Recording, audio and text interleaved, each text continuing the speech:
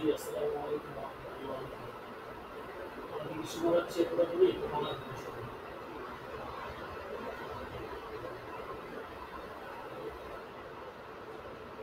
Clearly শোনা যাচ্ছে কিনা একটু জানাবেন।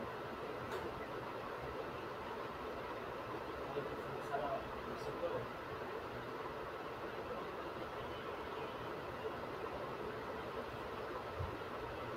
বুঝছি তো। যদি শুনতে সমস্যা হয় তাহলে অবশ্যই বলবেন। তো শুরু করে দিচ্ছি, যদি আওয়াজ স্পষ্ট না হয় বা কোথাও সমস্যা হয় তাহলে অবশ্যই জানাবেন।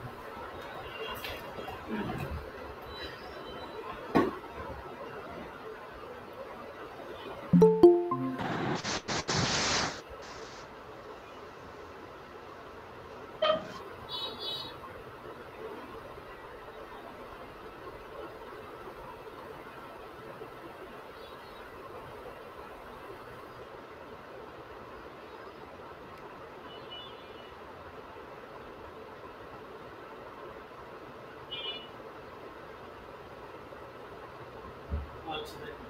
বিসমিল্লাহির রহমানির রহিম। ভাইয়ের সালাম পদ্ধতি অগ্রিম ক্রয় বিক্রয়। ভাইয়ের সালামের অর্থ হচ্ছে অগ্রিম ক্রয় বিক্রয়। একে বাইরের সালাম ও বাইরের সালাফি বলা হয়। এই পদ্ধতিতে ক্রেতা কর্তৃক মালের মূল্য বিক্রেতাকে অগ্রিম পরিশোধ করা হয়, আর বিক্রেতা কর্তৃক মাল ক্রেতার নিকট সরবরাহ হস্তান্তর করা হয় ভবিষ্যতে একটি নির্ধারিত সময়ের মধ্যে। পবিত্র কোরআনে বলা হয়েছে, ইয়া আইয়ুহাল্লাযীনা আমানু ইযা তাদায়ানতুম বিদাইনিন ইলা আজালিন মুসাম্মান ফাকতুবুহু। যদি আওয়াজ ক্লিয়ার না আসে আমাকে জানাবেন, ঠিক আছে?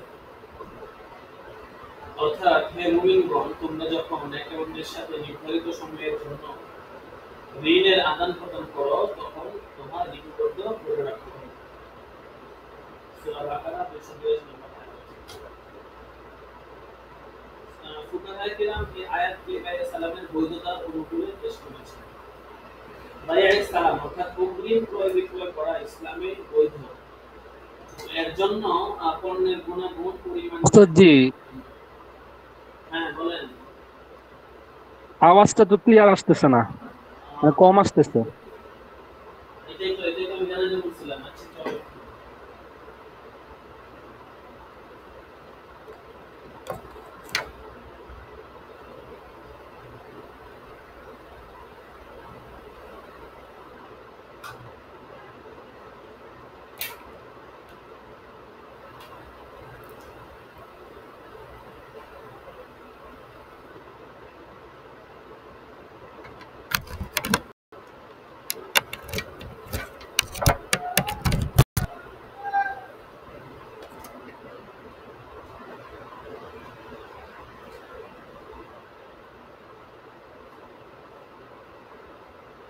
আচ্ছা, আশা করি এবার পুরোপুরি শোনা যাচ্ছে, শুনতে পাচ্ছি।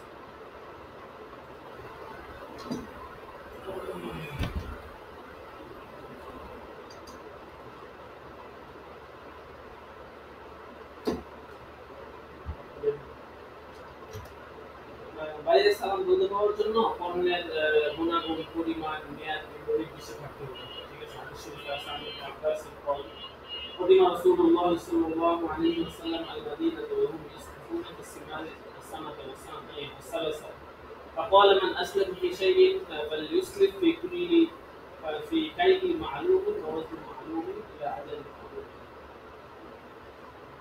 হযরত ইবনে আব্বাস রাদিয়াল্লাহু আনহু বলেন, রাসূল সাল্লাল্লাহু আলাইহি ওয়াসাল্লাম যখন মদিনায় পদার্পণ করলেন, তখন মদিনাবাসীগণ 2 ও 3 বছরের মেয়াদে বিভিন্ন প্রকার ফল অগ্রিম ক্রয় বিক্রয় করত। তাদেরকে রাসূল সাল্লাল্লাহু আলাইহি ওয়াসাল্লাম বলেন, যে ব্যক্তি অগ্রিম ক্রয় বিক্রয় করবে সে যেন নির্ধারিত পরিমাণ ও ওজন ও নির্ধারিত মেয়াদের জন্য করে।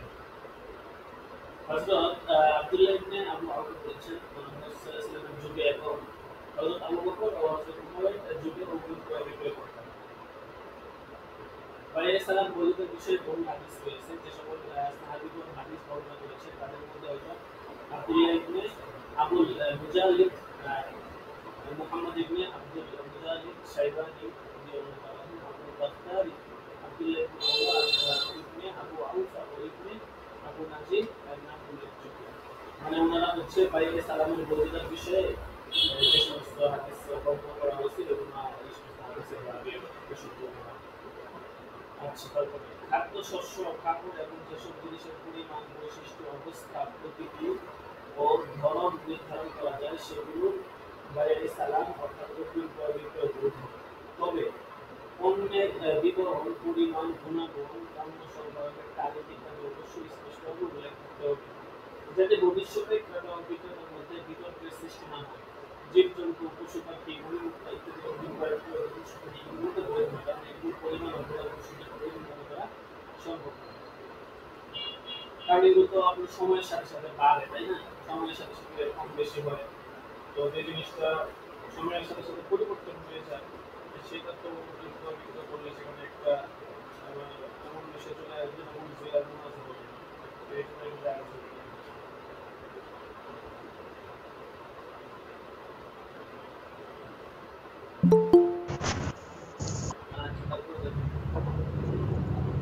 কোনো ব্যক্তি বা কৃষক যদি বাইরে সালাম পদ্ধতিতে পণ্যের অগ্রিম বিক্রয় মূল্য নিয়ে ধান, গম, সরিষা কিংবা অন্য কোনো ফসলের চাষাবাদ করে এবং পরবর্তীতে কোনো প্রকার প্রাকৃতিক দুর্যোগে তা নষ্ট হয়ে যায়, তাহলে বিক্রেতাকে সেই ক্ষতির দায় দায়িত্ব বহন করতে হবে। ক্রেতা কোনো প্রকার দায় দায়িত্ব বহন করবে না। বিক্রেতা কৃষক ক্রেতাকে চুক্তিবদ্ধ নির্ধারিত সময় সরবরাহ দিতে বাধ্য থাকবে, অথবা ক্রেতাকে পণ্যের মূল্য তুলে দেবে। কারণ বাইরে সালাম পদ্ধতিতে ক্রেতা একটি নির্দিষ্ট পণ্যের সামগ্রী একটি নির্ধারিত মূল্যে ক্রয়ের চুক্তিতে অগ্রিম মূল্য প্রদান করেছে। যদি ফসল জমিয়ে কিংবা ফল ধরে ক্রেতা টাকার উপর নির্ধারিত এ ধরনের কোনো শর্ত ছিল না। বাইরে সালাম পদ্ধতিতে এ ধরনের কোনো শর্ত বৈধ নয়। এরূপ শর্ত করা হলে তা বাইরে সালাম হবে না। এবং এ ধরনের শর্ত করা হলে উভয়ের সম্মতিতে শরিয়া সম্মত অন্তর্ভুক্ত পদ্ধতি অনুসরণ করতে হবে। বাইরে সালাম পদ্ধতিতে নির্ধারিত পণ্য নির্ধারিত ক্রয় মূল্য বিক্রেতা অগ্রিম প্রদান করা হবে। আর পণ্য সরবরাহ করা হয় পরিষ্কার এবং প্রতিষ্ঠানে।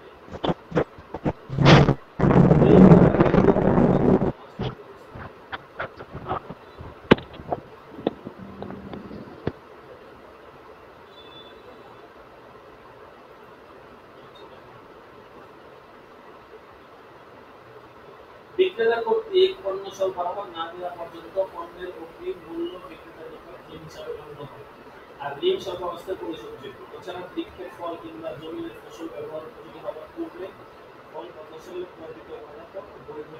ব্যবহার উপযোগী হওয়ার পূর্বে যদি কেউ ফল বা ফসল বিক্রি করে এবং কোনো প্রকার প্রাকৃতিক দুর্যোগে তা নষ্ট হয়ে যায়, তাহলে বিক্রেতাকে সে ক্ষতির দায় দায়িত্ব বহন করতে হবে। হাদিসে বর্ণিত হয়েছে عن أنس أن رسول الله صلى الله عليه وسلم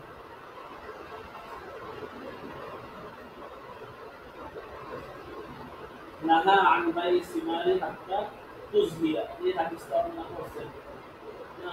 এই হাদিস আপনার ওই হেডের মধ্যে হাদিস আছে। فقيل له وما تزهي؟ قال حتى تحمر.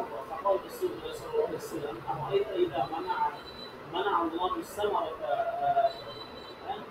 بما يأخذ أحدكم مال أخيه. وقال ليس حدثني يونس عن ابن شهاب قال لو أن رجلا ابتاع ثمرا قبل أن يبدو صلاحه ثم أصابته عامة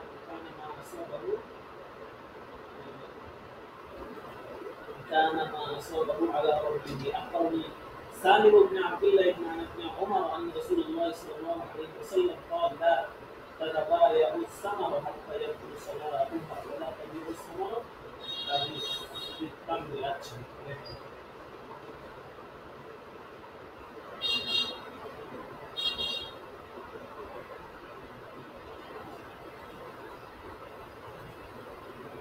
হযরত আনাস ইবনে মালিক থেকে বর্ণিত রাসূল সাল্লাল্লাহু আলাইহি ওয়াসাল্লাম ফলের রং না আসা পর্যন্ত তা বিক্রি করতে নিষেধ করেছেন। তাকে জিজ্ঞাসা করা হলো যে ফলের রং আসা পর্যন্ত, হাদিসে আছে রাসূল সাল্লাল্লাহু জিজ্ঞাসা করা হয়েছিল ফলের রং না আসা মানে ফলের রং আসলে তারা কি? তিনি বললেন লোহিত বর্ণ ধারণ করা, লাল বর্ণ ধারণ করা। ঠিক আছে। তারপর রাসূল সাল্লাল্লাহু আলাইহি ওয়াসাল্লাম বললেন আচ্ছা বলো তো আল্লাহ যদি ফলের উৎপাদন গুরুত্ব করে তুমি তোমাদের কোন ব্যক্তি কোন অধিকারে কিসের বিনিময়ে তার ভাইয়ের অর্থ গ্রহণ করবে? আপনি সেটা বলেছেন কোন ব্যক্তি যদি উপযোগিতা সৃষ্টির পূর্বে এই ফল ক্রয় করে এবং তারপরে কোনো প্রাকৃতিক দুর্যোগে নষ্ট হয়ে যায় তাহলে মালিক বিক্রেতাকে ক্ষতির দায়িত্ব বহন করতে হবে। সালিম ইবনে আব্দুল্লাহ ইবনে ওমর থেকে আমার কাছে বর্ণনা করেছেন যে রাসূল বলেছেন ফলের উপযোগিতা প্রকাশিত না হওয়া পর্যন্ত তা ক্রয় করুন এবং শুকনা খেজুর বিনিময়ে খেজুর বিক্রি করুন। গাছের খেজুর বিক্রি করা যাবে না শুকনা খেজুর বিনিময়ে। এখানে তো এই মাসটার 4টা সূরত আছে, এগুলোর মধ্যে এগুলো গেছে, তো এগুলো নিয়ে আর বিস্তারিত আলোচনা করা হবে না। এখানে দুটো করে বলা হচ্ছে যে ফলের উপযোগিতা আসলে তারপরে এই আপনার ফলগুলো হচ্ছে ক্রয় বিক্রয় করা যাবে। উপযোগিতা না আসলে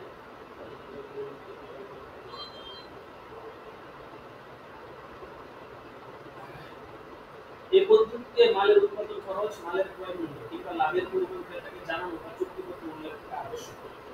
কেবলমাত্র মালের বিক্রি মূল্য বৈপক্ষিক সম্মতিক্রমে নির্দিষ্ট করে তা চুক্তিপত্রে উল্লেখ করলেই চলবে।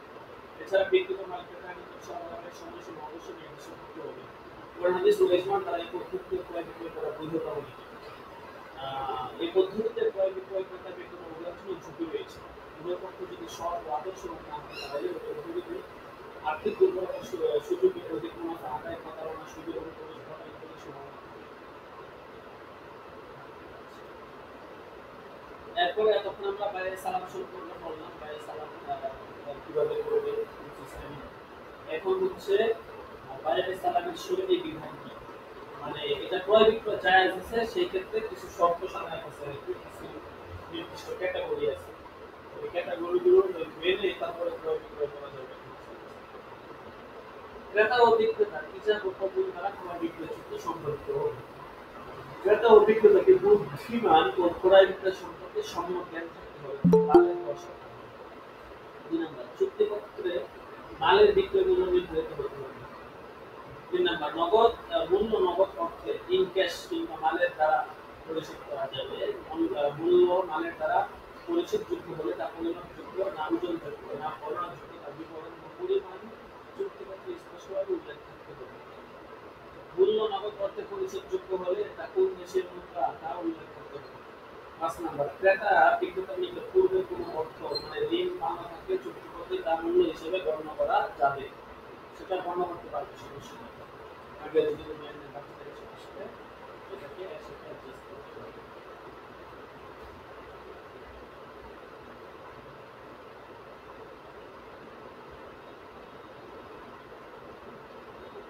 একসাথে করা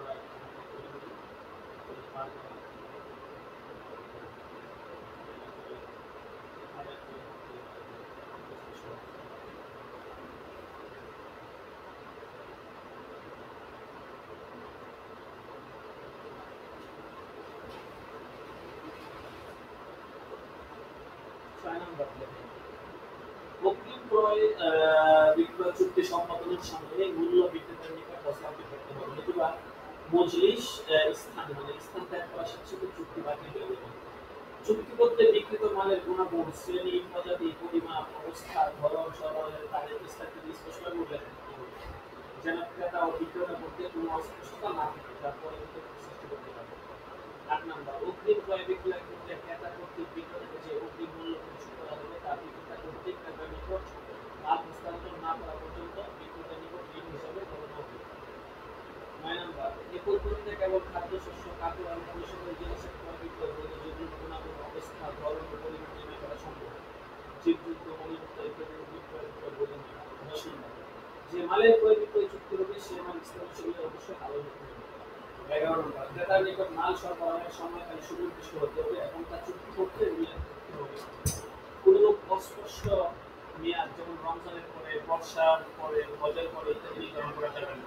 ইমাম মুহাম্মদ চুক্তিপত্রের সময় সম্পাদনের সময় থেকে মাল হস্তান্তর পর্যন্ত কমপক্ষে 1 মাস সময়কাল নির্ধারণ করেছেন।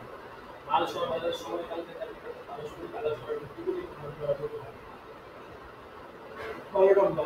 যে মালের অগ্রিম ক্রয় বিক্রয় চুক্তি সম্পাদিত হবে, চুক্তি সম্পাদনের সময় মাল হস্তান্তরের নির্দিষ্ট সময় পর্যন্ত বাজারে সে মাল সমাজগত থাকতে হবে। মাল বাকি না রেখে তৎক্ষণাৎ হস্তান্তরের শর্ত করা হলে অগ্রিম ক্রয় বিক্রয় চুক্তি বাতিল হয়ে যাবে। 13 নম্বর বিক্রিত মাল ক্রেতার নিকট সরবরাহের স্থান, নাম, সময়, পরিমাণ পরিবহন পরিস্থিতি উল্লেখ করতে হবে যাতে পরবর্তীতে ক্রেতা ও বিক্রেতার মধ্যে বিতর্কের সম্ভাবনা না হয়। সবকিছু স্পষ্টভাবে লিখিত চুক্তির মধ্যে উল্লেখ করতে হবে, ঠিক আছে?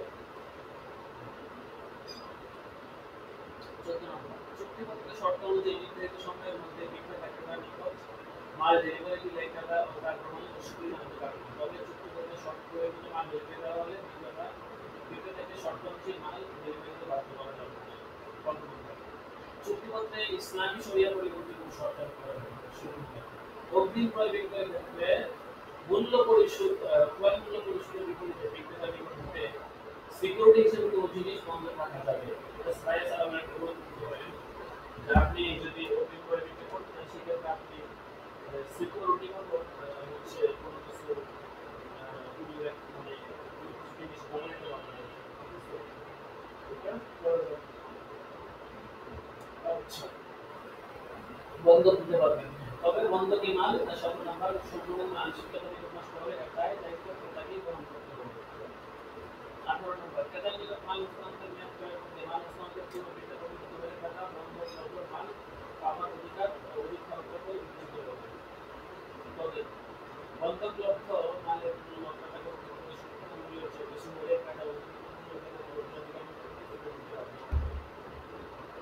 19 নম্বর, ক্রেতা বন্ধকি জিনিসের কোনো ব্যবহার করতে পারবে না। 20 নম্বর, অগ্রিম ক্রয় বিক্রয় চুক্তি মেয়াদ পূর্বে ক্রেতা ও বিক্রেতা কোনো পক্ষই একরকম চুক্তি বাতিল করতে পারবে না।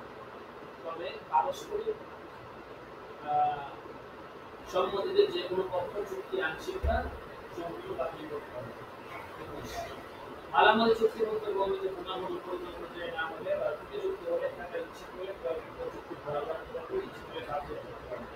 কিন্তু মালের ত্রুটি যদি প্রাকৃতিক দুর্যোগে বা ক্রেতার অবহেলার কারণে হয়ে থাকে তাহলে ক্রেতার অধিকার বাতিল করতে হবে। 22, যুক্তিসঙ্গত কারণে কিংবা ক্রেতা ও বিক্রেতার পারস্পরিক সম্মতিতে চুক্তির আংশিক বাতিল করা হলে বিক্রেতা ক্রেতাকে বাতিল অবশ্যই মূল্য প্রদান করতে পারবে না। 23 নম্বর, বিক্রেতা নির্ধারিত সময়ের মধ্যে নির্ধারিত মালামাল সরবরাহ দিতে ব্যর্থ হলে ক্রেতাকে মূল্য ফেরত দিতে বাধ্য থাকবে। 24 নম্বর, বায়ার সালাম পদ্ধতিতে কোনো বস্তু অগ্রিম ক্রয় করার পর সেই বস্তু ক্রেতা কর্তৃক হস্তান্তর করার পূর্বে অবর্তিত বিক্রি করতে পারে না।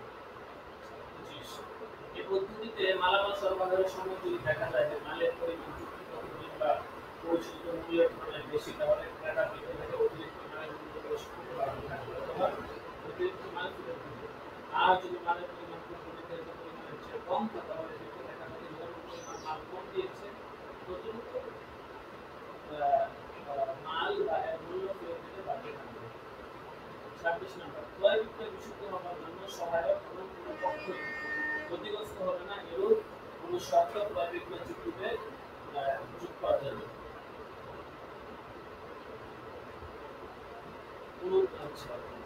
কোনো পক্ষ উক্ত শর্ত পূরণে ব্যর্থ হলে ক্রয় বিক্রয় চুক্তি একতরফাভাবে বাতিল হয়ে যাবে।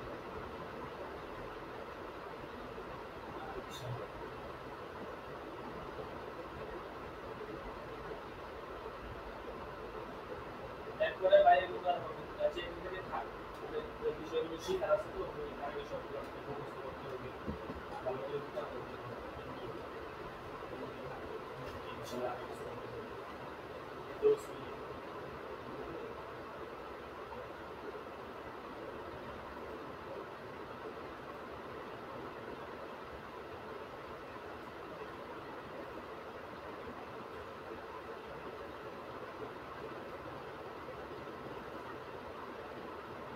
যেটা উসমানী শিক্ষায় কাজ করার দায়িত্ব ছিল। তুমি যদি থাকে উনি করবে আনা হবে।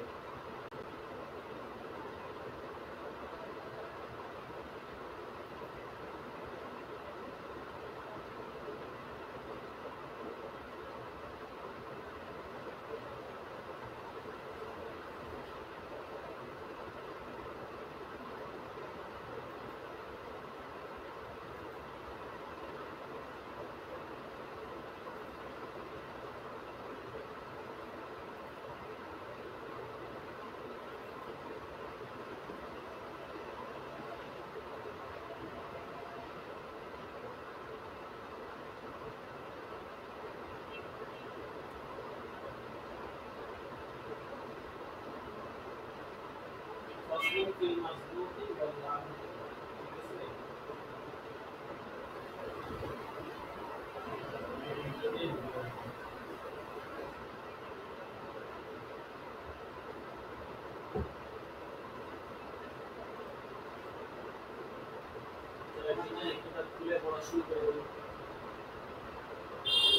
Takla number 17 una dato subito dopo la fine.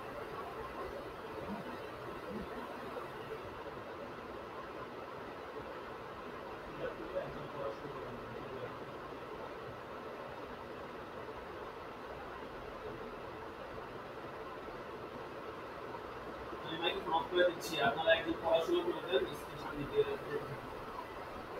শুরু করে দেন অনেকে তো একবারও করেন না মানে যারা পরে এরা এসব শুরু করে এমন কিন্তু চলবে না নতুন নতুন মানুষ তাদেরও পড়া চাই বিশেষ করে যারা বাংলা ভালো পারেন তাদের তো অবশ্যই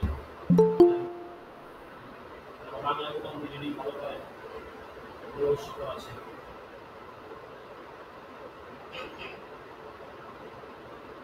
1 মিনিট পর্যন্ত অপেক্ষা করা হবে যদি 1 মিনিটের মধ্যে নতুন কেউ না করে তাহলে পুরাতন যারা আগে করছে তাদের একজনের করা হবে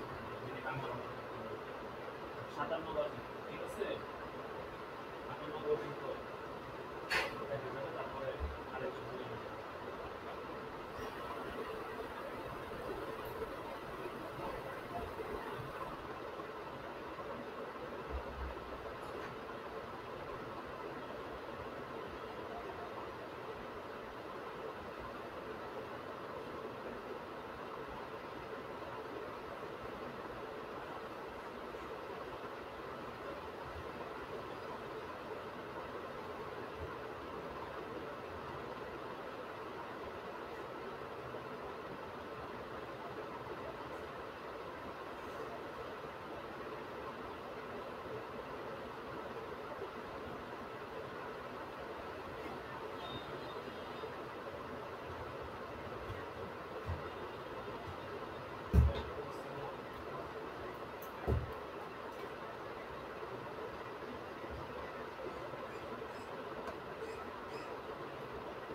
লক তো আমি হেল লাগতেছে বুঝতেছেন না কেন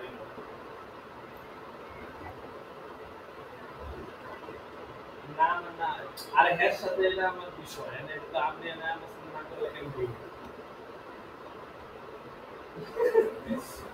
না না না আরে আপনার মোবাইল আপনি নিয়ে যান আপনার আমি ক্লোজ করে দিচ্ছি ঠিক আছে এটা আমি লজিকটা এটা আমার সাথে হের বিষয় ঠিক আছে আমি তো আপনার আজকে লাইলে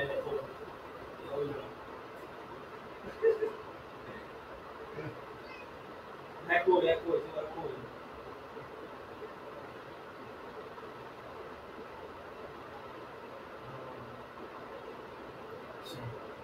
আপনার যদি প্রয়োজন হয় তাহলে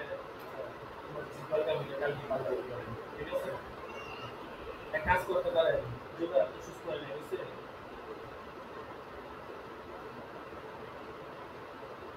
সুস্থ হইলে মানে না মনে করেন যে মোবাইল নিতে আইলে 1200 টাকা পরে আবার আইলে টিকা নিয়ে বেজার লাগছে যদি আমি সুস্থ হই না না যদি শুনেন যদি আমি সুস্থ হই তো তাহলে আর কি দেখা গেছে মোবাইল নিতে দিয়ে যাতে মোবাইল নিয়ে যাবে বুঝলেন হ্যাঁ হ্যাঁ আর নাইলে যদি সুস্থ হইতে লাগলো আমি দিয়ে মোবাইল দিয়ে একটা মোবাইল নিয়ে দেখুন একটা ভালো আপনি আইলে আপনি করতেন আপনি আইলে আমি দেখেন তো সুস্থ হয়ে গেলে মনে করেন এখন সুস্থ না হলে তো মনে করেন আমাদের 2 বার যাতায়াত করতে যদি মোবাইল এখন দিতে আপনি যদি কালকেও আসেন অথবা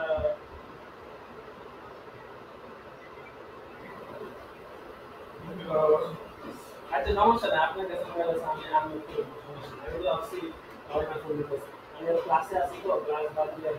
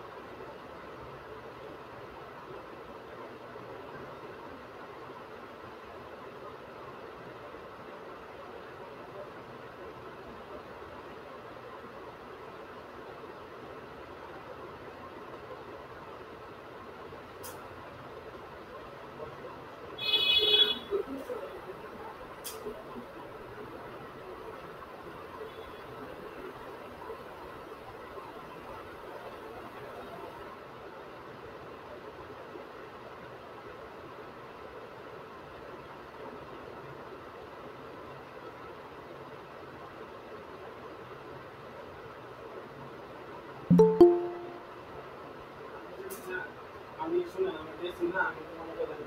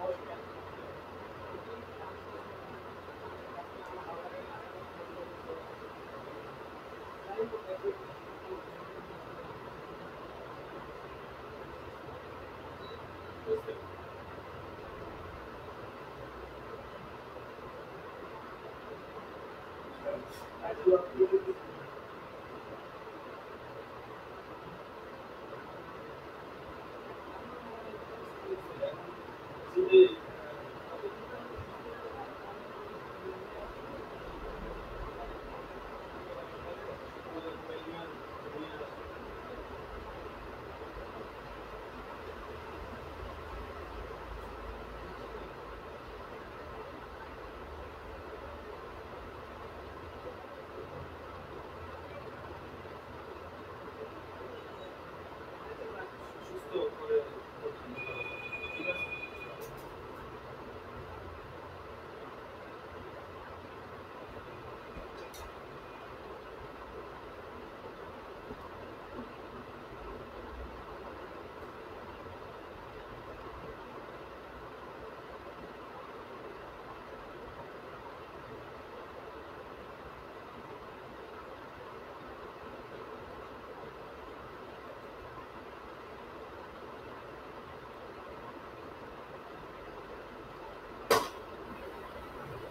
এত সময় চলে গেল আপনারা যেটা পড়তেছেন না বুঝতে পারছেন।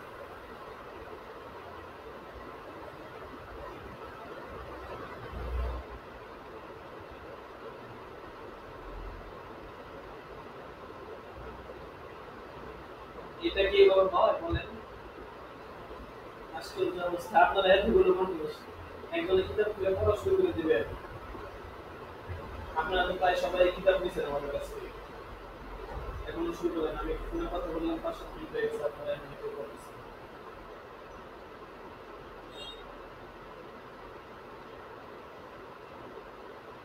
না না বলে বসে থাকেন, কিতাব এটা আপনাদেরই করতে হবে, এটা আপনাদের দায়িত্ব, পুরোটা আপনাদের করতে হবে। ঠিক আছে, আমাদের টার্গেট আছে কত সময় পরীক্ষার আগে দ্বিতীয় ঘন্টা যদি শেষ করে ফেলতে পারি, শেষ করে ফেলে আশা করি, তাহলে প্রথম ও দ্বিতীয় ঘন্টা আপনার সব পরীক্ষা করতে হবে। দ্বিতীয় ঘন্টা হচ্ছে আপনার দ্বিতীয় সময় পরীক্ষায়, আর তৃতীয় ঘন্টা বার্ষিক পরীক্ষা ইনশাআল্লাহ।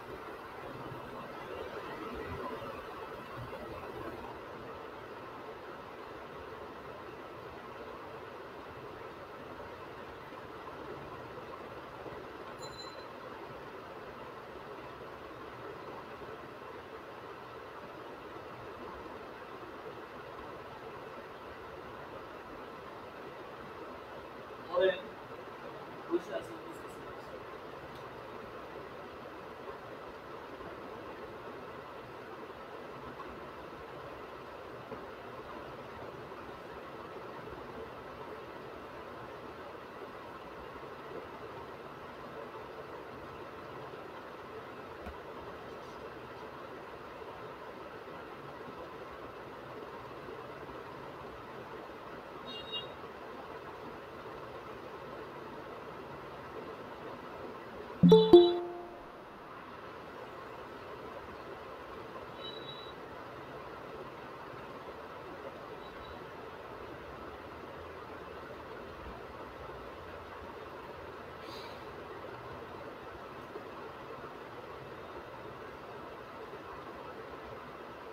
করেন বুঝতেছেন কিছু করেন না কেন?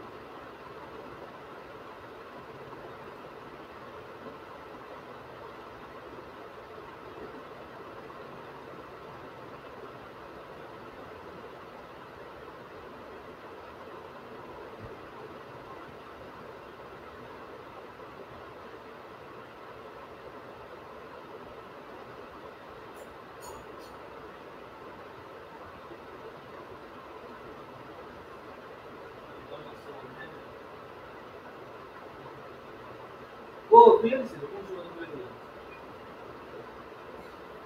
ডাটা অন করছেন?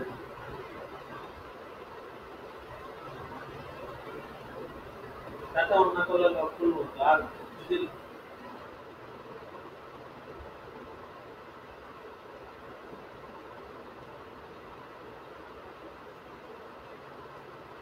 এটা তো খুবই লজ্জার বিষয়, তাই না? আপনারা পড়তেছেন না, অনেকেই ক্লাসে আছে, বুঝতেছেন না। আপনার কাছে এই কিতাব নাই, কিতাব না থাকলে আমাকে বলেন, আমি তো অবশ্যই দেরি করে দিতে পারি। যারা পড়ে ওনারা আমাকে জিজ্ঞেস করছে কি সমস্যা আছে। আপনারা যারা পড়েন না, এই সময় পড়েন, তারা পড়েন।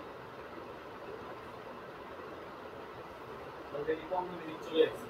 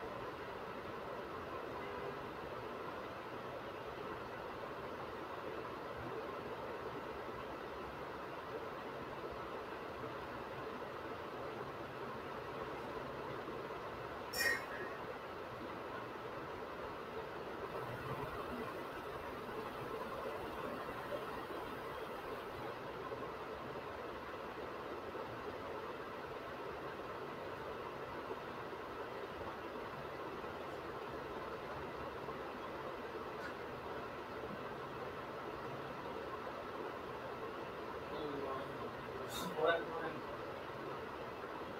মাহদিয়া সানা নাম্বারটা পেলা, মুস্তাইরা রহমান। তারপরে কোন নাম্বারটা পেলা? সাকিবুল ইসলাম। ওস্তাদ জি আমি অসুস্থ, ওষুধ খাইলাম মাত্র, এই জন্য আর কি বসে আছি। সাকিবুল ইসলাম, আবু বকর সিদ্দিক। হ্যাঁ ওস্তাদ জি আমি আরো বেশি অসুস্থ, শুয়ে আছি, আমার গায়ে প্রচন্ড পরিমাণ জ্বর, 102 ডিগ্রি জ্বর। আমি তো মানে কোনো রকম ক্লাসটা আবু বকর শুনতেছি সিদ্দিক শুয়ে সাহেব, থেকে, আপনি করতে পারবেন না? না তাই আপনি তো অনেক আগে না তাই আমি ছিলেন। করতাম। উস্তাদ আমি তো একটু হসপিটালে আসছিলাম ডাক্তারের কাছে, অসুস্থ ছিলাম তো অনেকদিন ধরে। একেক জনে একেক আপনার সমস্যা। মুস্তাইরা রহমান, আপনার কি সমস্যা? তারপর সাকিবুল ইসলাম। জি আমার কাছে ওস্তাদ জি আমার আমাকে কাছে একটু কিতাব পিডিএফ, নেই। আমি আমি 20টা মিনিট পড়তেছি, 20টা মিনিট পরে আমি ভাত খাচ্ছি, আমি ভাত খেয়ে করতেছি, সমস্যা নেই। পিডিএফটা আমাকে একটু দেন। রাফিউল ইসলাম রাফি। জি ওস্তাদ জি আমাকে একটু পিডিএফ অনুগ্রহ করে দেন, আমি 20 মিনিট আচ্ছা পরে একটু আমি হোয়াটসঅ্যাপের মাধ্যমে একটু কষ্ট করুন। আর কিছু না? আচ্ছা। কাছেও আপনার এই দুইটা কিতাবের পিডিএফ।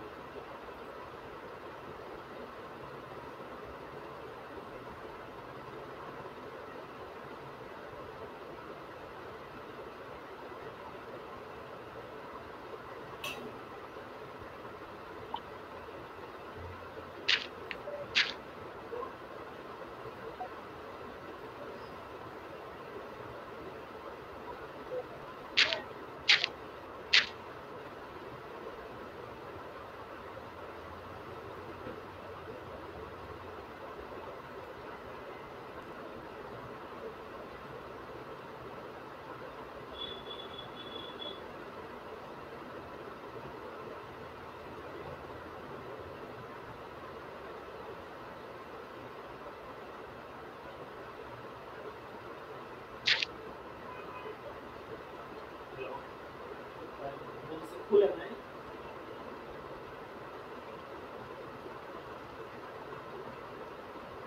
না আমি আগে খুলছি, ডাটা অন করছিলাম। আমি ফোন কল ফোন কাটার সাথে সাথে খুলে দিচ্ছি। খুলছে তাই না? আচ্ছা আচ্ছা ঠিক আছে।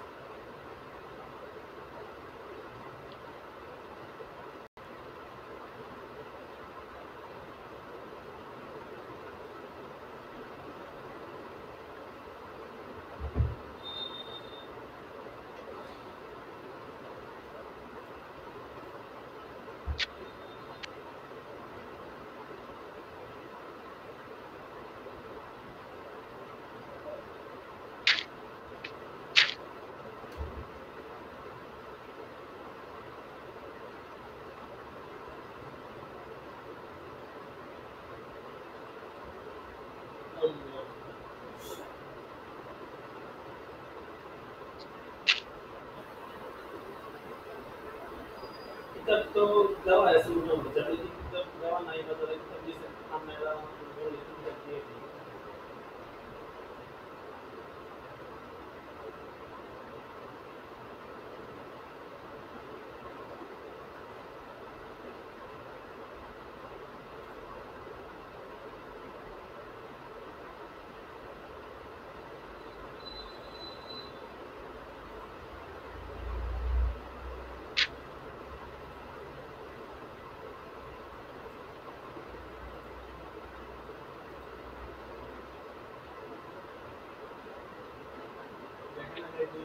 দিচ্ছি কিতাব আছে আমরা খুলে পড়া শুরু করব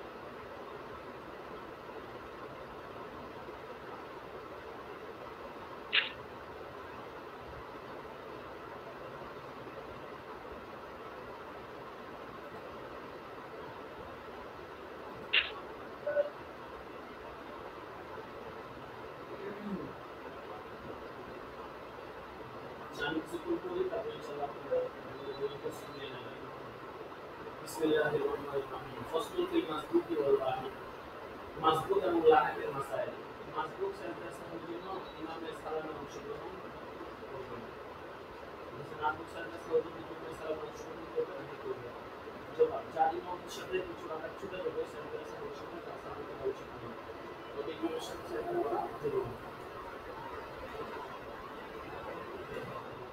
মাসবুকের নামাজের তরিকা এটা আপনারা জানেন এটা মাসবুক তার নামাজ কিভাবে পুরা করবে ইমামের নামাজ শেষ হওয়ার পর সে তার ছুটে যাওয়া রাকাত পুরা করবে তার মধ্যে সূরা ফাতিহা সহ অন্য সূরা পড়া উচিত মাসবুকের সানা ব্যাপারে সরাই রাখা একটি আমাদের থাকবে ইমাম সালাম বলে ফেললে মাসবুক তার সঙ্গে পুরা করবে কিনা এসে আলমগীর শামী এবং এমনকি পরবর্তী উদ্দেশ্য সবগুলো উদ্দেশ্য হচ্ছে মাসবুকের জন্য তাশাহুদ পুরা করে ওঠা উত্তম কিন্তু সে যদি পুরা না করে দাঁড়িয়ে যায় তাহলে সবার নামাজ বিনা কারণে আদায় হয়ে যাবে আল্লামা শামী এই মাসআলা উল্লেখ করার পর লিখেছেন তাহলে কিছু দিন হয়েছে এগুলো বলছি আই কি আর দেখ কারণটা তাশাহুদ পুরা করে আগেরই পাবে সে উঠে যাবে এটা উত্তম যদি সে পুরা না করে দাঁড়িয়ে যায় তাহলে নামাজ হয়ে যাবে তাশাহুদ পুরা না করে দাঁড়িয়ে যাবে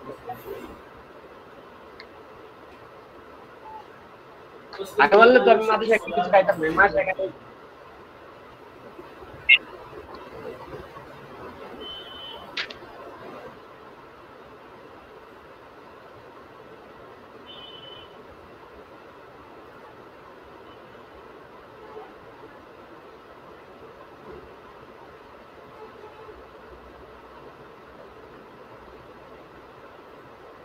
প্রথম কাতারে নামাজের শেষ করা যখন নামাজ হয়ে যাবে তবে কাজ করতে হবে খাতা জমা রাখতে নামাজ পড়তে এটা মাত্র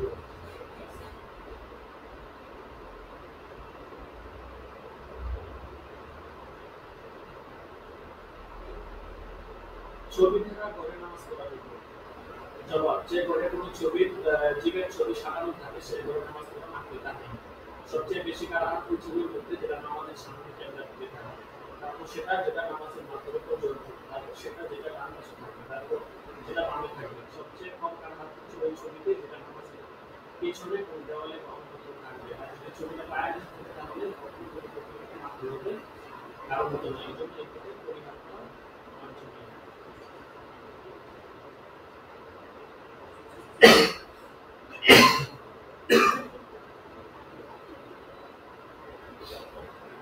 সংলগ্নতার দুই সূরাতের বিশ্লেষণ করুন সেটা প্রথম বারান্দায় নামাজ পড়তে কোনো উদ্দেশ্য নেই মসজিদে বারান্দায় নামাজ পড়া এটা না কিন্তু আর সুন্নাত ছাড়া নামাজের সামনে দিয়ে অতিক্রম করা হবে কয়েকটি প্রশ্ন করতেছে যদি নামাজে কিয়াম অথবা কওমা আমাদের সাজদার জায়গা কিছু ফেলে রাখে তাহলে কতটুকু দূরত্বে রেখে অতিবাহিত হওয়া যাবে যদি নামাজের দৃষ্টি সাজদার স্থানে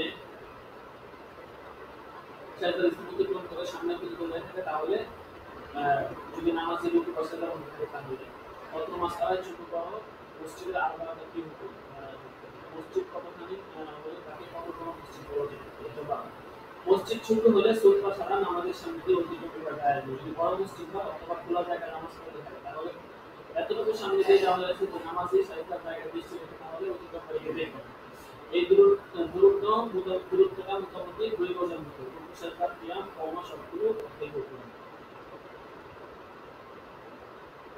যদি কিয়ামের সময় নামাজে সাজদার জায়গা অতিক্রম করে থাকে তবে কতটুকু দূরত্বে বিরোধ যাও করে পালন করা হবে মোটামুটি 40 বর্গ হাতের কম হলে তাকে ছোট মসজিদ বলবে আর এর চেয়ে বেশি বড় হলে এটা কি বলবে বড় মসজিদ বলবে আচ্ছা তারপরে করেন এখান থেকে কাপ পর্যন্ত লম্বা চুল বড় করে নামাজ পড়তে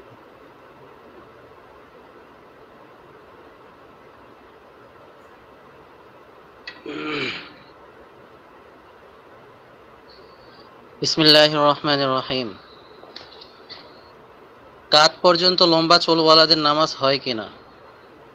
জবাব, নামাজ হয়ে যায়, কিন্তু এমন চুল রাখা যাতে অমুসলিম বা ফাসিকের সাথে সাদৃশ্য হয় জায়েজ নয়। আল্লাহু আলাম। ফাসলুন ফিল কিরাআতি ওয়া মাসাইলি জিল্লাতিল কারি। নামাজে কেরাত ও তেলাওয়াতকারীর ভুল সংক্রান্ত মাসাইল। ওয়ালা দাল্লিন এর পরে রব্বিগফিরলি বলা। জবাব, ওয়ালা দাল্লিন এর পরে আমিন ছাড়া অন্য কিছু বলা কোরআন ও হাদিস দ্বারা প্রমাণিত নয়। অসুস্থতার কারণে নামাজের মধ্যে শব্দ বলে উচ্চারণ করতে না পারার হুকুম। জবাব, নামাজের জন্য এটা জরুরি যে যতক্ষণ জিহ্বা কিংবা ঠোঁট নাড়ানোর শক্তি থাকবে ততক্ষণ সেভাবেই হোক শব্দাবলী আদায় করতে হবে, চাই তা অপারগতার কারণে এত ক্ষীণ আওয়াজে হোক না কেন কেন যে নিজের আওয়াজ নিজে শুনতে পায় না, আর এতটা আস্তে পড়লে আশা করা যায় কোনো উল্লেখযোগ্য ব্যথা অনুভূত হবে না। ব্যথা বরদাস্ত করে নেওয়া বাঞ্ছনীয়, তবে সাধারণ জিকির আজকার মনে মনে করা যেতে পারে। আল্লাহু আলাম। ইমামের পেছনে সূরা ফাতিহা পড়ার হুকুম। জবাব, হানাফি মাযহাব অনুসারে ইমামের পেছনে কোনো প্রকার কেরাত, চাই তা সূরা ফাতিহা হোক বা পরের কোনো সূরা হোক, জায়েজ নয়, কিন্তু ভুলে যদি কেউ পড়ে ফেলে তাহলেও তার নামাজ হয়ে যাবে, ফাসেদ হবে না। আল্লাহু আলাম। দতের মাখরাজ। জবাব, দত একটি স্বতন্ত্র হরফ, এর মাখরাজ দাল, যা, য শব্দগুলো থেকেই ভিন্ন। যে ব্যক্তি দতকে সঠিক মাখরাজ থেকে আদায় করতে সক্ষম তার জন্য হরফটিকে দাল, জাল বা য পড়া জায়েজ নয়। যে ব্যক্তি তা পারবে না তার কর্তব্য কোনো অভিজ্ঞ কারি সাহেবের নিকট মাস্ক করা। যতদিন সে চেষ্টায় সফল না হবে তত তার য এর মতো পড়া দালের মতো পড়ার চেয়ে উত্তম, তবে নামাজ উভয় সূরতেই হয়ে যাবে। আল্লাহু আলাম। দতের মাখরাজ। জবাব, দতের মাখরাজ দাল ও য থেকে ভিন্ন, তা হলে জিহ্বা কিনারা ডানে বামে চোয়াল স্পর্শ করে। এর আওয়াজও দাঁত ও য থেকে ভিন্ন, কিন্তু দাল এর চেয়ে য এর সাথে এই হরফের সাদৃশ্য বেশি। আল্লাহু আলাম। ওয়াল মুশরিকিনের পরিবর্তে ওয়াল মুশরিকিনা পড়ার হুকুম। জবাব, বর্ণিত সূরতে নামাজ হয়ে গেছে, পুনরায় পড়ার প্রয়োজন নেই। সোয়াল, জায়েদ নামাজের মধ্যে কেরাত করছিলেন, কেরাতের মধ্যে মা ইয়াউদ্দুল্লাযিনা কাফারু মিন আহলিল কিতাবি ওয়াল মুশরিকিন এর ওয়ালাল মুশরিকিনের স্থলে ওয়াল মুশরিকিন পড়ে ফেলেন, এতে কি নামাজ আদায় হয়ে গেছে নাকি হয়নি? জবাব, বর্ণিত সূরাতে নামাজ হয়ে গেছে, পুনরায় পড়ার প্রয়োজন নেই। আল্লাহু আলাম। তিনটি ছোট আয়াতের সমান আধা আয়াত পড়লে নামাজ হয়ে যাবে?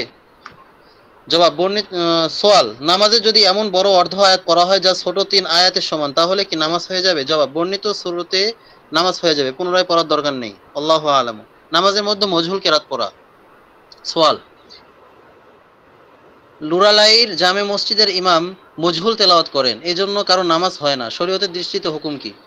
খ, দ এর জায়গায় উর্দু পড়ে ডাল পড়ে থাকেন, এর হুকুম কি? গ, এই মাসালায় যদি কোনো ইমাম সাহেব ভুল মাসালা বলে তাহলে কি তার পিছনে নামাজ হবে? জবাব, ক, মজহুল তেলাওয়াত করা ভুল, শুদ্ধ করার জন্য কোশিশ করা জরুরি, কিন্তু এতে নামাজ ফাসেদ হবে না। যদি আর কোনো হাফেজ না পাওয়া যায় তাহলে বাধ্য হয়ে তার পিছনে নামাজ পড়তে হবে। খ, দত হরফকে সহিহ মাখরাজ থেকে আদায় করার কোশিশ করা ওয়াজিব, তবে চেষ্টার পরেও যে ব্যক্তি থেকে আদায় হবে না, বিশুদ্ধতম মতানুসারে তার নামাজ হয়ে যায়। যে ইমাম সাহেব এর খেলাফ মাসালা বয়ান করেছেন তিনি গলত বলেছেন, তবে শুধু এই জন্য তার পিছনে নামাজ ফাসেদ হবে না। আল্লাহু আলাম। মাঝখানে ছোট সূরা রেখে কেরাত পড়া। সোয়াল, ইমাম সাহেব রমজানুল মুবারকে ভিতরের নামাজের প্রথম রাকাতে কুল ইয়া আইয়ুহাল কাফিরুন, দ্বিতীয় রাকাতে ইযা জা নাসরুল্লাহ এবং তৃতীয় রাকাতে সূরা ইখলাস পড়ে থাকেন, মাঝখানে তাব্বাত ইয়াদা বাদ দেন, এভাবে নামাজ পড়া কতখানি দুরুস্ত আছে? জবাব, এভাবে মাঝখানে কোনো সূরা বাদ দিয়ে কেরাত পড়া মাকরু, যদি ইচ্ছা করে এমনটা করা হয়, ভুলে হলে মাকরু নয়। সর্বাবস্থায় নামাজ হয়ে যাবে, সিজদায়ে সাহু ওয়াজিব হবে না, পুনরায়ও পড়তে হবে না। আল্লাহু আলাম। ফজরের প্রথম রাকাত দ্বিতীয় রাকাতের চেয়ে লম্বা করা, কেরাতের বিবিধ ভুলের হুকুম।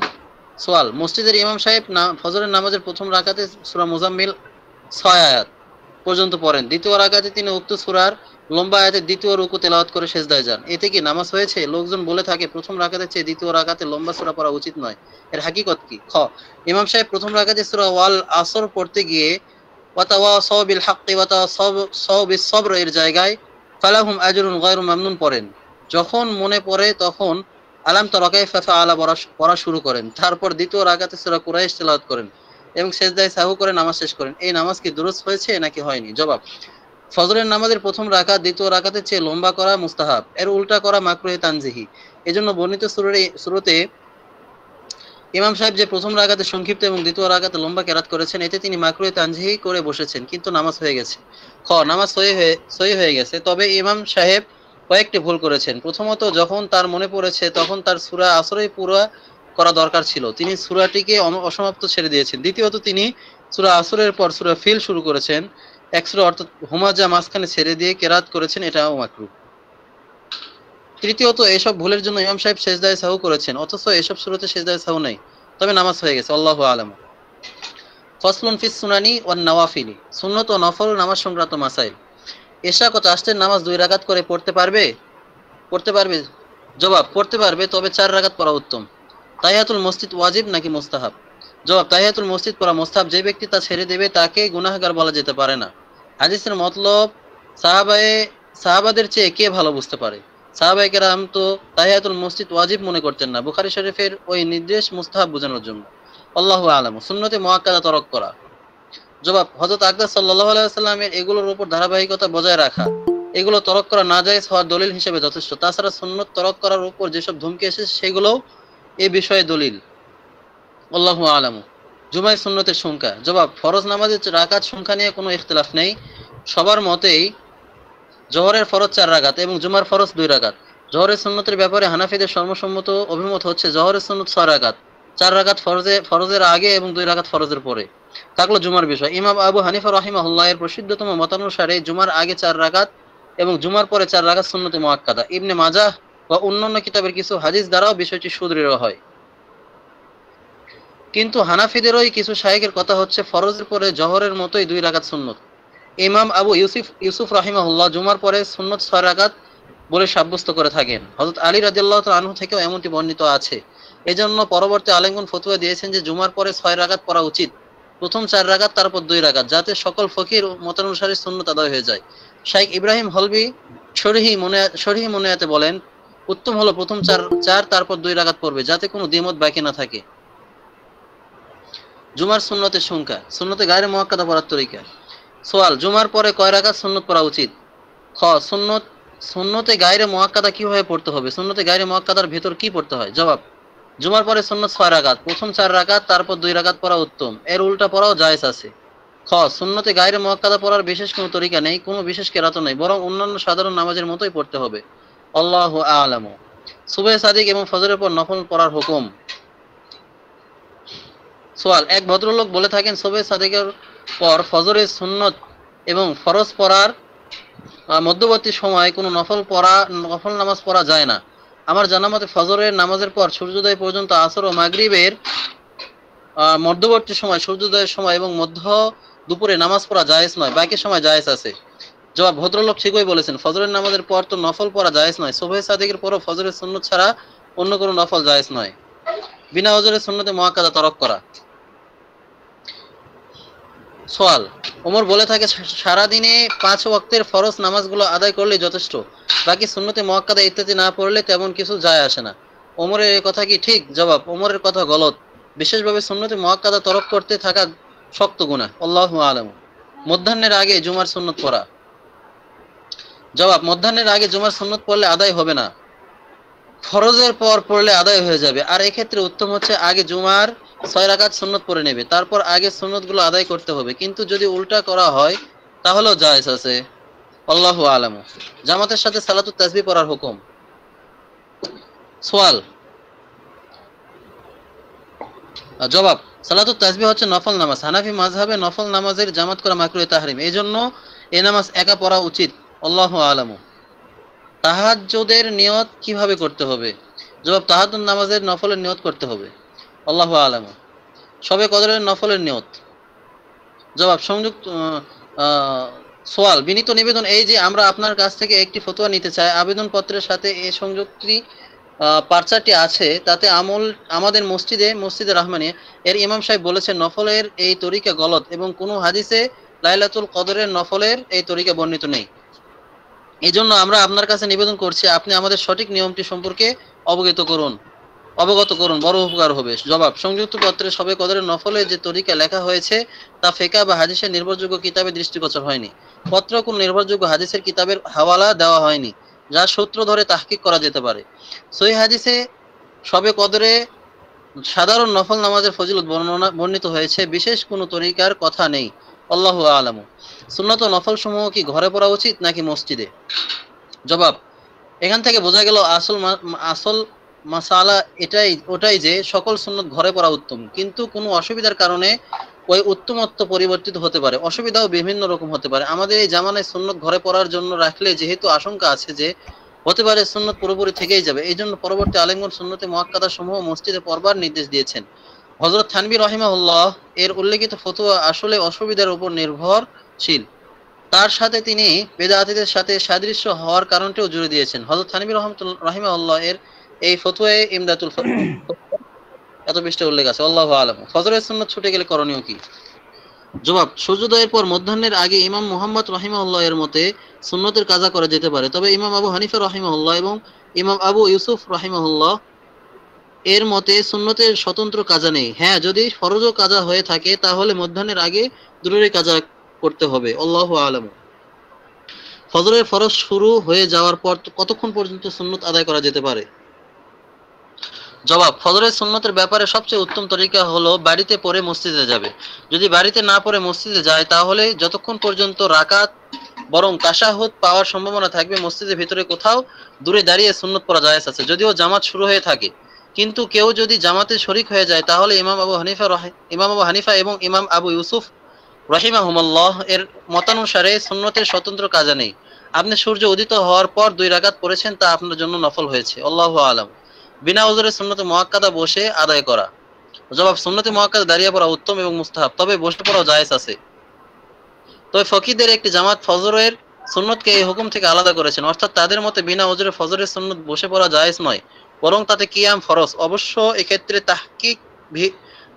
তাহতাবির মত ভিন্ন। আর কারো কারো মতে তারাবির হুকুমও এমনই, যদিও তারাবির ব্যাপারে কাজী খান এবং আল্লামা শামী রাহিমাহুমাল্লাহ ও অন্যান্যদের মতের প্রাধান্য এদিকেই যে তারাবির হুকুম ফজরের মতো নয়, কিন্তু সতর্কতামূলক যথাসম্ভব এগুলো দাঁড়িয়ে পড়াই উচিত।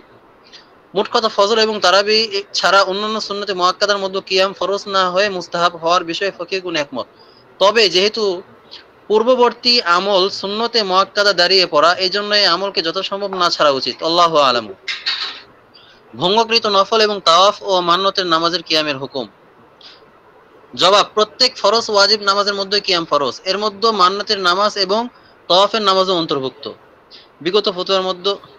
কিন্তু ভঙ্গকৃত নফল নামাজের ব্যাপারে স্পষ্ট কোনো বিবৃতি একেবারেই পাওয়া যায়নি।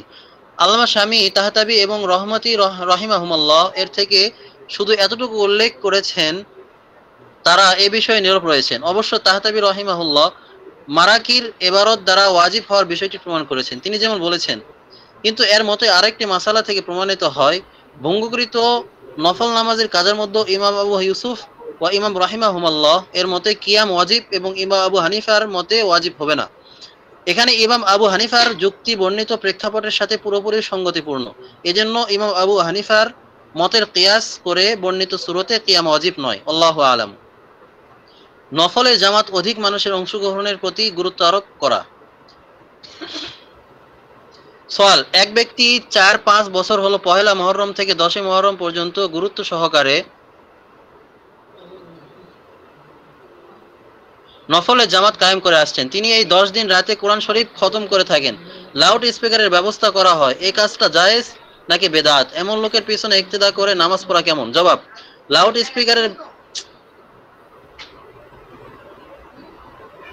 স্পিকারের ব্যবস্থা করা এবং লোকজনকে শরিক হওয়ার জন্য দাওয়াত করা তদাইর অন্তর্ভুক্ত, আর তাদাইর সাথে নফলের জামাত করা মাকরুহে তাহরিমি। যে ব্যক্তি একে সওয়াবের বিষয় মনে করবে সে বেদাতি। এমন ব্যক্তিকে ইমাম বানানো থেকে পরহেজ করতে হবে। তবে যদি কোনো সহিহ আকীদার ইমাম না থাকে তাহলে তার পেছনে নামাজ পড়া একা নামাজ পড়ার চেয়ে উত্তম, নামাজ হয়ে যাবে। আল্লাহু আ'লামু। রমজানে নফলের জামাত, ওস্তাদ যেটা কি বাদ দেবো?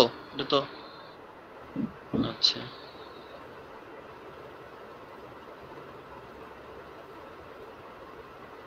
রমজানে নফলে নামাজ এটা জি জি।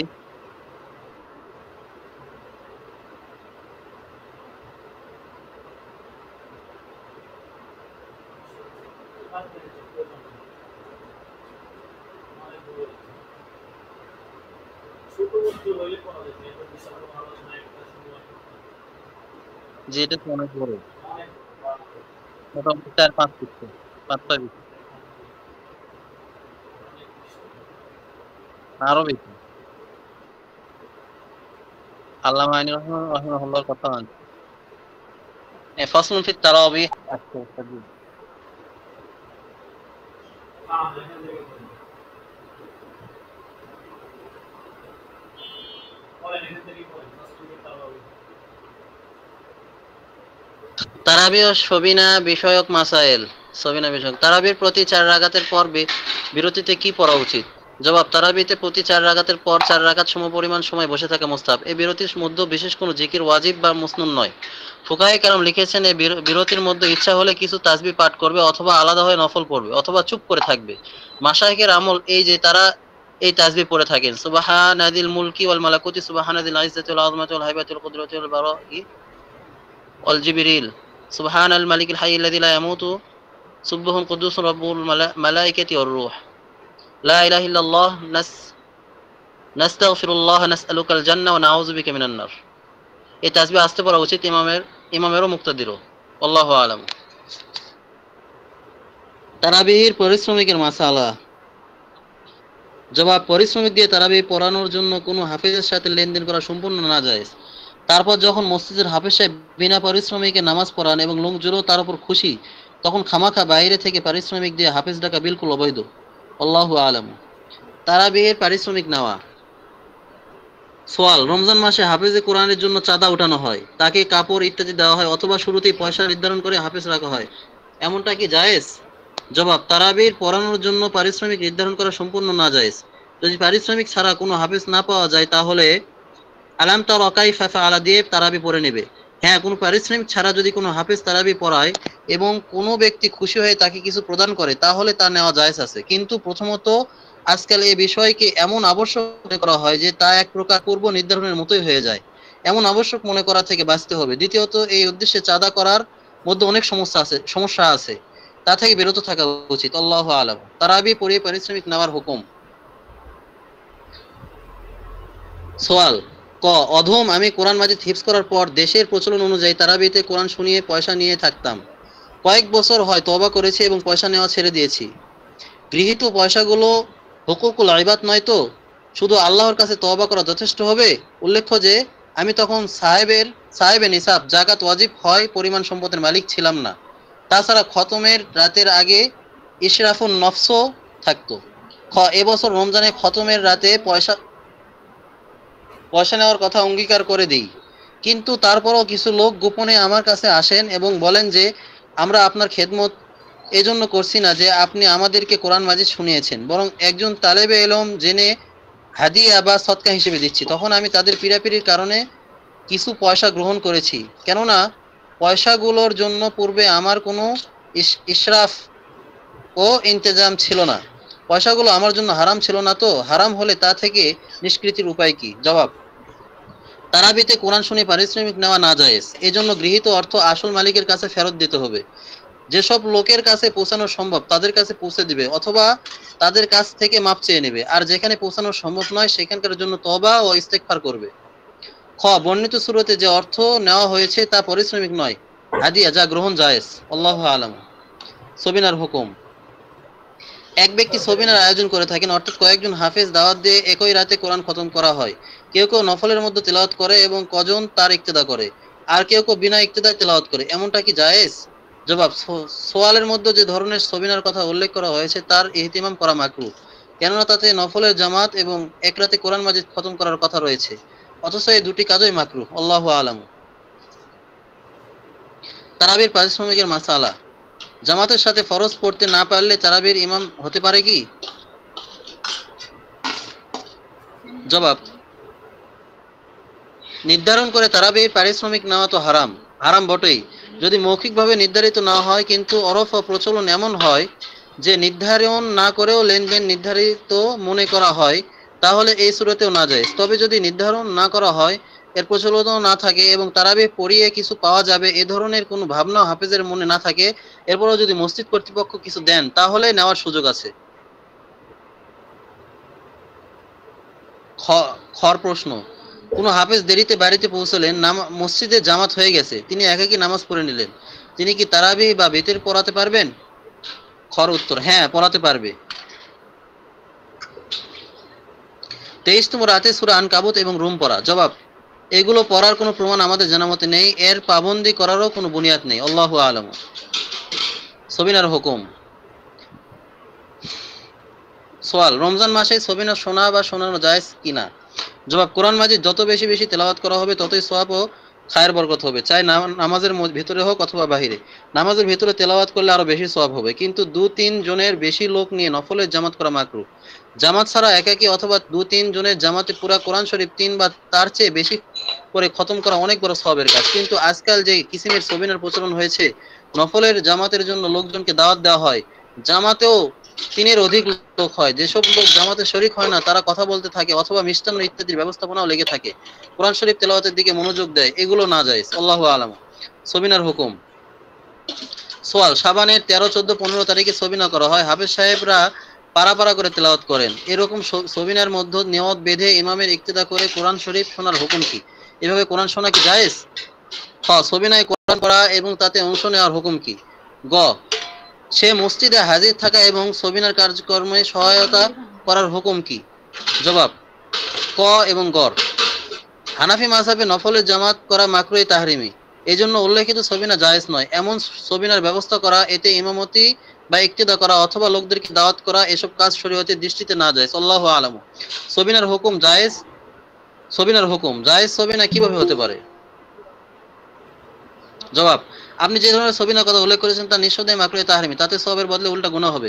প্রথমত নফলের জামাত মাকরুহে তাহরিমি, তারপর আবার নাবালেগের ইক্তেদা, নিষ্প্রয়োজন লাউড স্পিকার ব্যবহার করা এবং শোরগোলের বাজার বসিয়ে দোয়া কোরআন মাজিদের সাথে বেয়াদবি, এসব কাজ সাংঘাতিক অন্যায়, এগুলো থেকে পরহেজ করা আবশ্যক। খ, সবিনার জায়েজ তরিকা হতে পারে এরকম যে তারাবির জামাতই সারা রাত চলতে থাকবে, ইমাম থাকবে বালেগ, শরীয়তের পাবন্দ, 3 দিনে কমে কোরআন মাজিদ খতম করা হবে না, সকল মানুষ আগ্রহ, উদ্দীপনা এবং খুশু নিয়ে কোরআন মাজিদ শুনবে, অতিরিক্ত আলোকসজ্জা থেকে বিরত হবে, বিনা প্রয়োজনে লাউড স্পিকার ব্যবহার করা হবে না এবং নাম সুনাম ও লৌকিকতা থেকে সম্পূর্ণরূপে দূরে থাকতে হবে। আল্লাহু আলাম।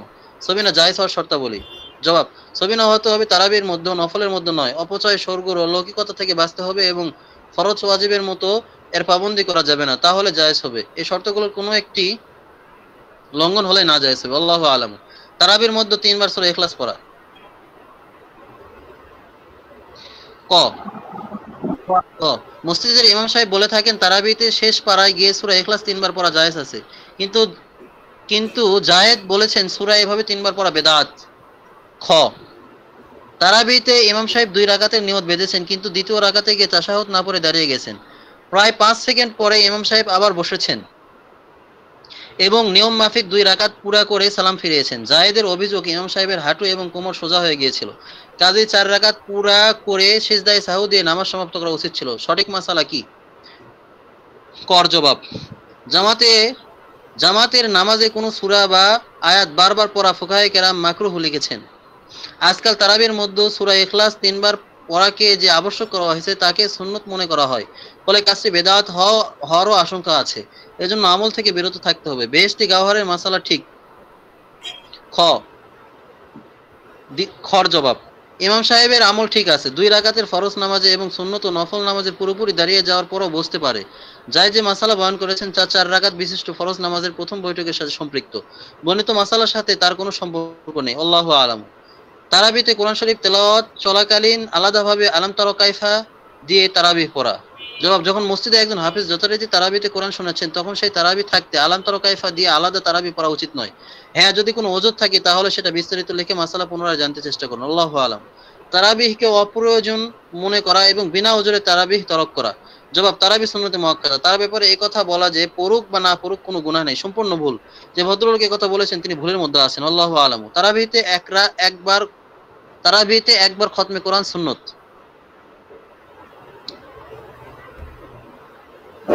জবাব, উপরোক্ত ইবারত থেকে বোঝা যায় তারাবির মধ্যে একবার কোরআন মাজিদ খতম করা সুন্নত। আর ফুকাহায়ে কেরাম যে লিখেছেন যখন মুক্তাদিদের জন্য লম্বা কেরাত কষ্টকর হবে তখন ছোট ছোট সূরা দিয়ে তারাবি পড়ানো উচিত, এটা একদম অপারগতা জনিত অবস্থার কথা।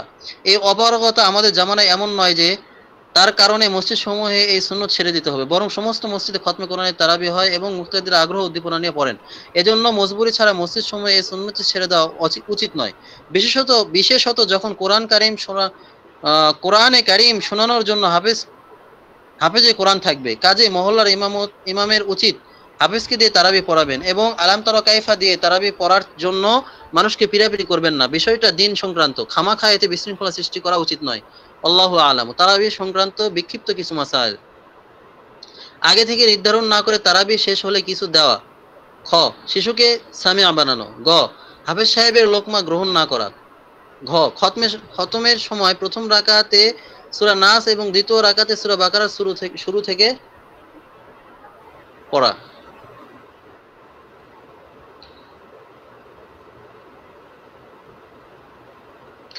সোয়াল ক নাম্বার, রমজান মাসে যে হাফেজ তারাবি পড়ান তিনি পয়সা নির্ধারণ করে পড়ান, তাহলে কি নামাজ জায়েজ হবে? খ, হাফেজ সাহেব সামিয়া সাথে নিয়ে আসেন, সে একটি শিশু, তারাবির মধ্যে সে শুয়ে পড়ে অথবা এমন কাম কাজ করে যাতে নামাজ নষ্ট হয়ে যায়, আবার সে লোকমাও দেয় না, এমন হাফেজ সাহেবের পিছনে কি নামাজ পড়া জায়েজ হবে? গ, যদি হাফেজ সাহেব লোকমা গ্রহণ না করেন এবং বড়াই করে বলেন যে আমি ঠিকই পড়েছি, যদি তিনি ভুলেও পড়েন তবুও লোকমা না নেন, তাহলে কি নামাজ জায়েজ হবে? ঘ, যদি প্রথম রাকাতে সূরা নাস এবং দ্বিতীয় রাকাতে সূরা বাকারা পড়া হয় তাহলে কি নামাজ ঠিক হবে? ও, যদি পেশ ইমাম নামাজের মধ্যে লোকমা কবুল না করেন তাহলে কি তার পিছনে নামাজ জায়েজ হবে অথচ তিনি বারবারই ভুল পড়েন? জবাব ক নম্বর, পারিশ্রমিক নির্ধারণ করে তারাবি পড়ানো বিলকুল জায়েজ নয়। এর চেয়ে লোকজন সাধারণ ইমামের পিছনে আলাম তারা কাইফা দিয়ে তারাবি পড়ে নেবেন। যে হাফেজ সাহেব পারিশ্রমিক নিয়ে তারাবি পড়ায় তার পিছনে নামাজ পড়া মাকরুহ। তবে যে নামাজগুলো তার পিছনে পড়া হয়েছে সেগুলো হয়ে গেছে, পুনরায় পড়ার দরকার নেই। পূর্ব থেকে কিছু নির্ধারণ না করে খতম হয়ে গেলে কিছু দিয়ে দেওয়া জায়েজ, তবে শর্ত হচ্ছে বিষয়টি এমন মশহুর হতে পারবে না যে নির্ধারণ না করলেও নির্ধারণ বলে মনে হবে। খ, শিশুকে সামে বানিয়ে প্রথম কাতারে দাঁড় করানোর সুযোগ আছে, সে শিশু থেকে যদি কোনো ভুল ত্রুটি কখনো হয়ে যায় তাহলে ক্ষমাসুন্দর দৃষ্টিতে দেখা উচিত। শুধু এই কারণে ইমামের বিরুদ্ধে ফিতনা খাড়া করা উচিত নয়। গ, সহি লোকমা হাফেজ সাহেবের গ্রহণ করা উচিত। বিষয়টি ব্যক্তিগত ইজ্জত আবরুর মাসালা বানানো উচিত নয়। তবে লোকমা গ্রহণ না করার কারণে নামাজের কোনো অসুবিধা হয় না, যতক্ষণ হাফেজ সাহেব নামাজ বিনষ্টকারী কোনো ভুল না করেন। ঘ, ঠিক হবে, এতে কোনো গুনাহ হবে না। তবে খতমে কোরআন ছাড়া অন্য নামাজের মধ্যে উত্তম হলো প্রথম রাকাতে সূরা নাস না পড়া। ও, নামাজ সহি হওয়া না হওয়া ভুলের ধরনের উপর নির্ভরশীল। কিছু কিছু ভুলের কারণে নামাজ নষ্ট হয়, কিছু কিছু ভুলে নষ্ট হয় না। এই জন্য প্রত্যেক ভুল সম্পর্কে আলাদা আলাদা প্রশ্ন করা কর্তব্য। যে হাফেজ সাহেব খুব ভুল করেন আবার সহি লোকমা গ্রহণ করেন না, তার বদলে কোনো ভালো হাফেজ তালাশ করা উচিত, কেননা হতে পারে তিনি কোনো নামাজ বিনষ্টকারী ভুল করে ফেলতে পারেন। আল্লাহু আলাম। দাড়ি মুন্ডনকারীর পেছনে তারাবি পড়া। জবাব, যে ব্যক্তি দাড়ি মুন্ডায় বা শরীর পরিমাণের চেয়ে কম দাড়ি রাখে তার পেছনে নামাজ পড়া মাকরুহ। তারাবি ও ফরজ নামাজের একই হুকুম, তবে এ নামাজ এমন লোকের পিছনে পড়া হয়েছে সেটা আদায় হয়ে গেছে। আল্লাহু আলামু। দাঁড়িয়ে তারাবি পড়ার পর ওজোরের কারণে বসে আদায় করা। জবাব, আপনি ঠিকই বুঝেছেন। যেসব লোক মনে করে যে তারাবি দাঁড়িয়ে শুরু করলে কোনো অবস্থায় বসে পুরা করা জায়েজ নয়, তারা ঠিক বলেনি। আসল কথা হচ্ছে বসে নামাজ পড়ার অনুমতি ওজনের উপর নির্ভরশীল। যদি শুরু থেকেই পাওয়া যায় তাহলে শুরু থেকে বসে নামাজ পড়বে, আর যদি মাঝখানে পাওয়া যায় তাহলে মাঝখানেও বসে পড়া জায়েজ আছে। আল্লাহু আলামু। তারাবির রাকাতের সংখ্যা। জবাব, হযরত আকদাস সাল্লাল্লাহু আলাইহি ওয়াসাল্লামের তারাবির ব্যাপারে রাওয়ায়াত বিভিন্ন রকম। সাহাবায়ে কেরাম একমত হয়েছেন যে তারাবি 20 রাকাত পড়তে হবে। হযরত আকদাস সাল্লাল্লাহু আলাইহি ওয়াসাল্লামের আমল সাহাবায়ে কেরামের চেয়ে কেউ বেশি জানতে পারে না, এজন্য তারাবি 20 রাকাত পড়তে হবে। আল্লাহু আলামু। তারাবিতে শরীক হওয়ার জন্য মহিলাদের মসজিদে যাওয়া। জবাব, মসজিদে গিয়ে জামাতের সাথে মহিলাদের নামাজ আদায় করা মাকরুহে তাহরিমি। এই হুকুম থেকে কোনো নামাজ বাইরে নয়। বিশেষত পুরুষদের কোরআন তেলাওয়াত শোনার উদ্দেশ্য থাকে তাদের কণ্ঠস্বরের মধুরতা উপভোগ করা, যা কিনা আরো বেশি ফিতনার কারণ হতে পারে। আল্লাহু আলামু। ফাসলুন ফিল বিত্রি। ওস্তাদ জি। জি জি থাকো।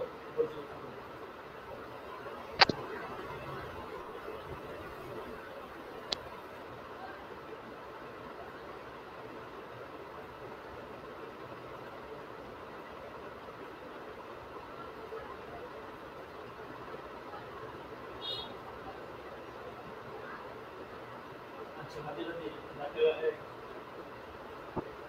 সারওয়ার হুসাইন 8 আমানুল্লাহ 10 মুস্তাহিদ রহমান একটু দ্রুত দেবেন মুস্তাহিদ রহমান নাই 11 খুরশেদ আলম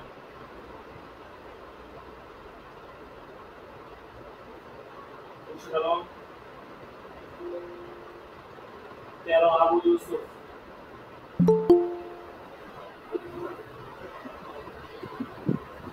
আবু ইউসুফ 13 নাই লাব্বাইক ওস্তাদ আসি। এত সময় লাগে কেন? পরপর সাকিবুল ইসলাম লাব্বাইক সত্তর সনাতন হুসাইন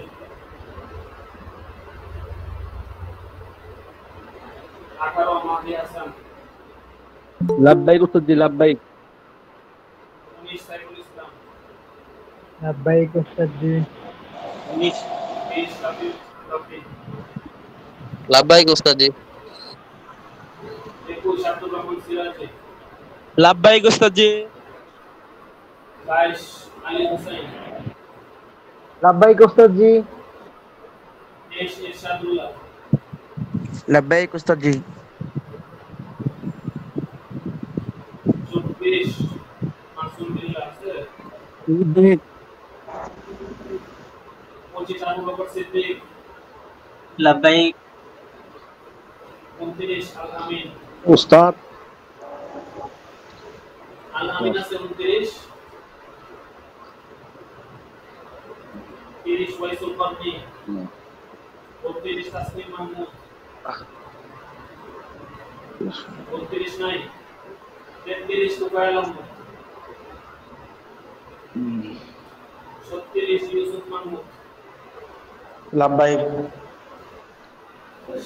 38 নূর হুসাইন 38 নূর হুসাইন নাই 40 মুনিরুল ইসলাম লাব্বাইক মুনিরুল ইসলাম আচ্ছা তারপর লাব্বাইক। 40 হযরত আলী 40 আছে লাব্বাইক লাব্বাইক ঠিক আছে কারো গান কথা কি বলেন দিতে যে উস্তাদ 10 নম্বর দাখিলা খুরশেদ আলম। হ্যাঁ ঠিক আছে তারপরে 11 নম্বর থাকে 10 বলেন ও 11 নম্বর জি। রাখলাম আর কেউ থাকলে বলেন তো আজ দিয়ে দেব মুস্তাহিদ গাইড করতে মুস্তাহিদ আলম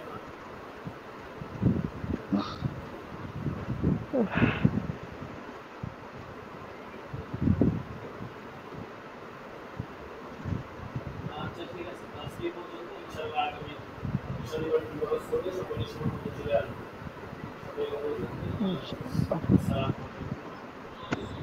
আসসালামু আলাইকুম। ওয়ালাইকুম আসসালাম ওয়া রাহমাতুল্লাহি ওয়া বারাকাতুহু। ওয়া আলাইকুম আসসালাম।